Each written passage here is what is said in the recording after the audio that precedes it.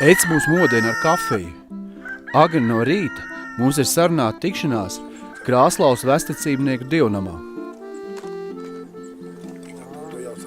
Faktiski tagad jau to ko tu gribi viņu.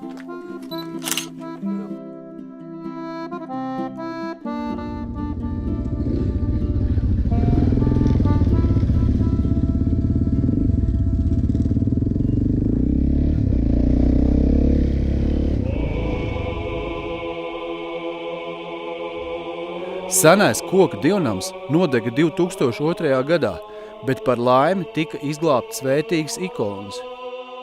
Šobrīd vietā ir uzcelts jauns ķieģeļu dievnams, līdzīgs kādreizējai koka ēkai. Mūs sagaida vestecībnieks Vitālijs Ivanovs. Вообще староверы. Что это обозначает? Сколько вас? Откуда это началось? В Краславе так немного, как говорится, в смысле по числу. Вы знаете, молодежь вся сейчас за границу уехала. В основном пожилые у нас ходят в это. Вот. Молодые собираются вот на большие праздники. Вот у нас Рождество и Пасха. Вот там собирается много. Вот. А так немного у нас община. Вот, Ну, человек 20, 100. Больше, я Около скажу. 100. Да, где-нибудь так. Вот слухи ходят, вот там люди живут в общинах, без электричества, без мобильного телефона, там Ну все нет, сами изготовят. у нас такого, вы знаете, я помню еще те времена, когда вот эта советская власть ее притеснялась. Староверам тогда запрещалось многое. А сейчас мы как бы уже вошли в цивилизацию. У нас все это и мобильники применяем, и все, и телевидение, и все, как говорится, это у нас сейчас есть. Ну, если такие места, я могу сказать, я по интернету смотрел, это в смысле у нас места такие вот, где скиты остались, в Сибири. Вот там даже показывали, что бабка, вот чтобы разжечь кадила, батюшка вот сейчас разжигал кадила, вот, они применяют даже кресало и огневое кресало. Вот Да. чиркает она вот там это, чтобы они считают, что это Петр I привез из Европы, значит, бесовский огонь, понимаете? А у нас нет, у нас это все нормально пока. Но вера при этом не теряется. Нет, конечно. Вот Традиции, так есть. как были, нам завещали наши святые отцы, как завещали. Так? Значит, мы этих всех принципов поддерживаемся. В чем разница обычной православной и староверующей?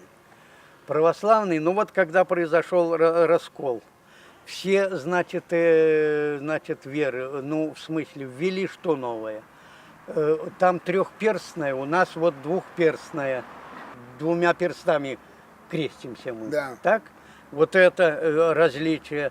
Вот идет крестный ход, они идут против солнца, а мы идем по солнцу. Вот так, как по часовой стрелке по солнцу, как идет, мы вокруг храма обходим. Потом таинство крещения у нас осталось. Вот мы считаемся староверы беспоповцы. То есть в те времена, как произошел раскол, священников не хватало. Короче говоря, как такового папа нет. Но мы его называем батюшка, наставник. Мы считаемся древлеправославная поморская вера без поповца. Вот так вот мы считаемся.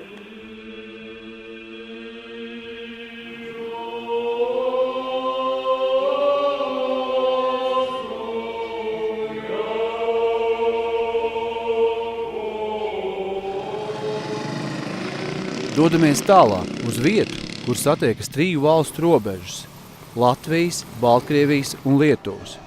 Ceļš iet tuvu robežai. Visur saliktas ceļa zīmes, braukt aizliegts, bet satiksmes noteikums nepārkāpjam un meklējam apkārtceļus pa mežiem un takām.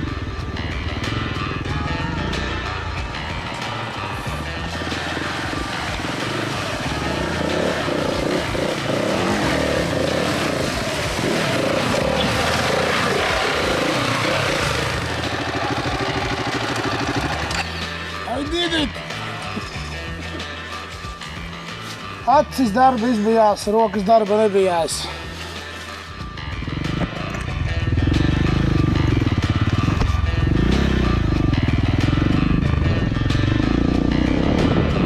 Nebijām gaidījuši, ka robeža akmeņu vietā, Lietuvas pusē, šo vietu izdaiļo vesels koku skulptūru dārzs, kas mazliet atgādina Stonehenge apli. Izpētījuši šo unikālo vietu, secinām, ka normāli pie tās iespējams piebraukt tikai no Lietuvas puses.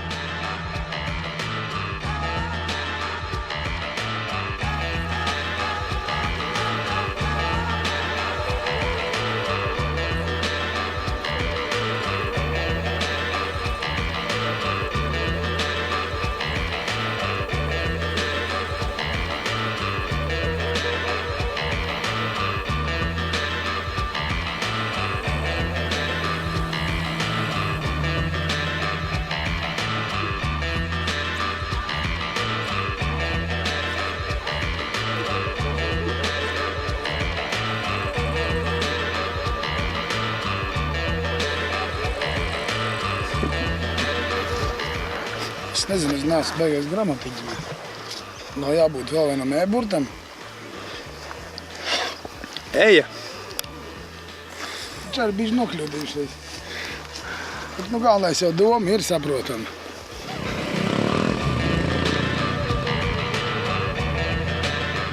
Mulsinošā nosaukuma dēļ par šīs ekspedīcijas galamērķi izvēlamies Ēģipti, ciemu Daugavpils novada Meduma pagastā, uz Latvijas-Lietuvas robežas.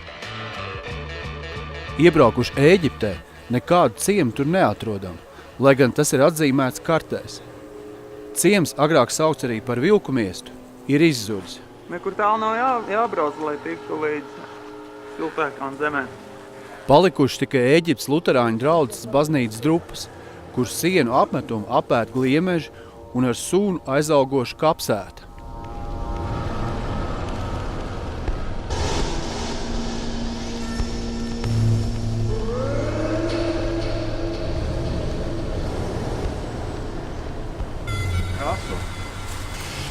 Kaut kāds trauciņš, tāds atskies.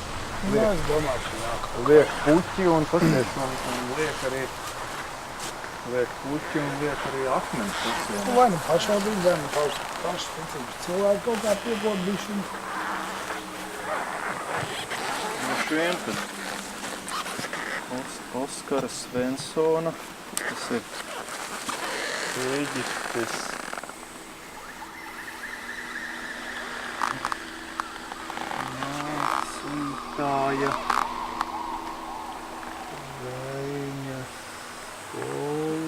mācītāja, Raiņa skolotāja, Oskara Svensona dzimtas kapitēri. Ja jau Raiņa skolotāja dzimt adus šeit, tad saprotam, ka jāsameklē, kur šeit dzīvojas Rainis.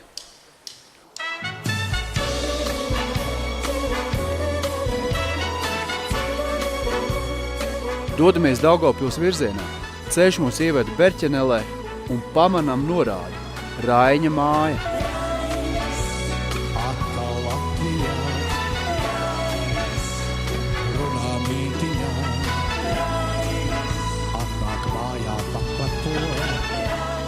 Par Berķeneli jūs nekad neesat bijis dzirdējis? Nē. Ka Rainis te tiešām, Jānis Pliekšāns dzīvojas bērnībā. Nekad neesat dzirdējis? Nē.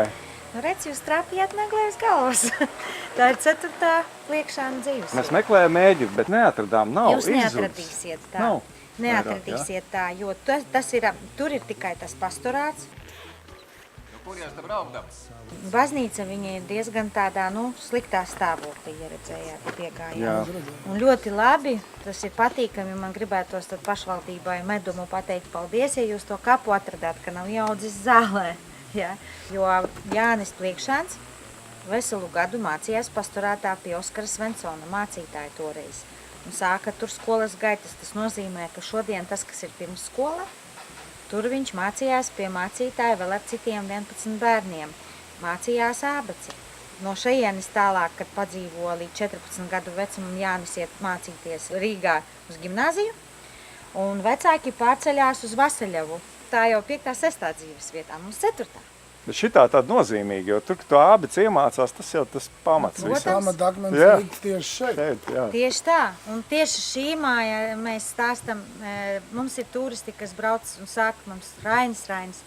Mēs stāstam par to periodu, kur veidojās tā personība. Tā ir vissvarīgākā lieta, jā, tās atmiņas un viss tas, ko viņš atceras par šo vietu vēlāk. Viņš ir tiešām dokumentējis dzējoļu krājumā, Dagdas Pieķu burtnīcās, un mums nodalījumā vienīgā aina ir veltīta 11 dzējoļi.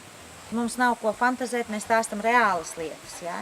ko tiešām, kā viņš jūtās, kā viņš te dzīvoja, kā Jānis personība veidojas, ka tētis gribēja, lai viņš būtu viņa saimnieks, ietu viņa pēdās, bet Jānīts bija filozofs maziņš. Viņš gribēja iet skriet dabā, spēlēties ar kalpu bērniem, ko viņam liedza. Šeit viņš uzsāka skolas gaitas. Šis viss svarīgākais, kas var būt. Nu jā. 4 gadus mācījās Grīvā vācu skolā.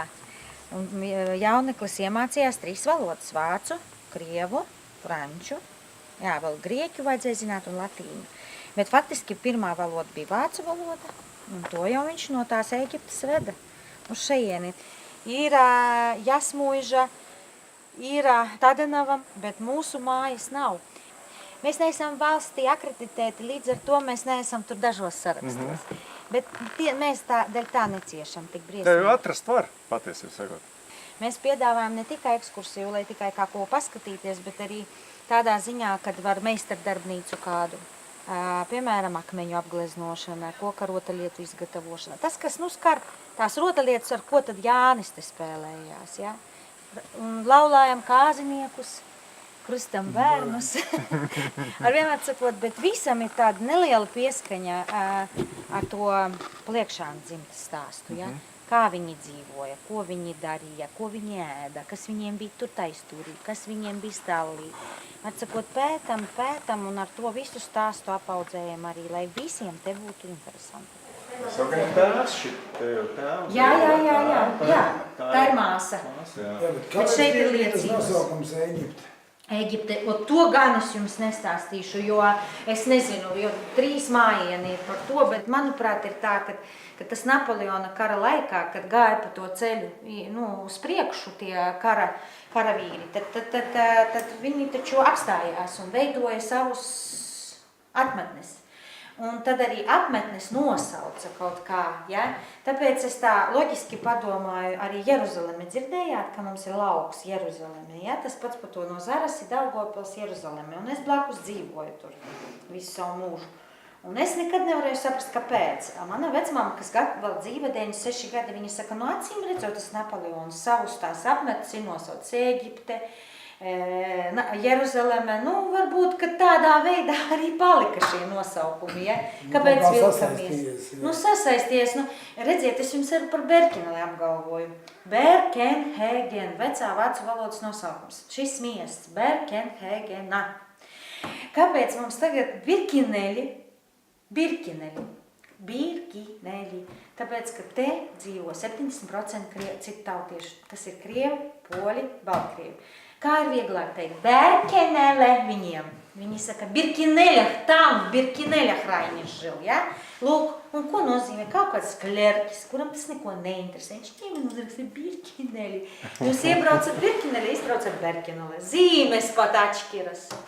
Redz, kur te ir Berkeneles baznīca. Redziet, Kalkuhne. Vēsture bija savādāka kā mūsu skolā, ja? Tā kultūra ir drusciņ cita, tāpēc mēs te mēģinām parādīt, ka ir lietas, kas ir klasiki, ko mēs tagad pat neinteresējamies, ka tas ir savādāk bijis nekā līdz šim. Jūs saprotiet, tās sajūtas jārada, ja? Jo šodien muzejā Rundāls pilī var pārsteigumi ar freskām, visu var redzēt tā. Bet šeit jau, ko tu vari redzēt? Mūsu jaunieši nāk vispār tādi ļoti filtrēti.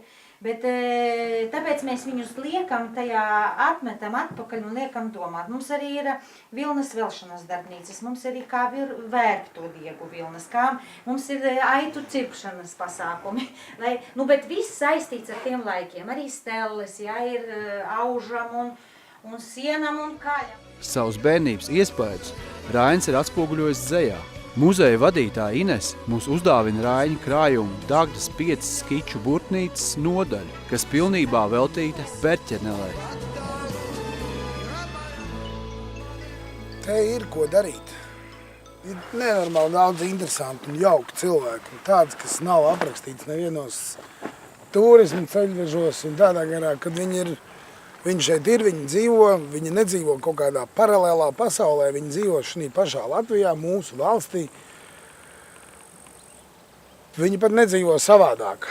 Viņi iespējams dzīvo pat labāk, sirsnīgāk, jo atvadoties kundze no Raiņa mājām, kā teica, ka viņi mīl savu darbu, un tas ir tik ļoti redzams, ka tur viss ir izdevies, viss tur izdodās. Viņa viss, ko dara, viņai viss iet no rokas.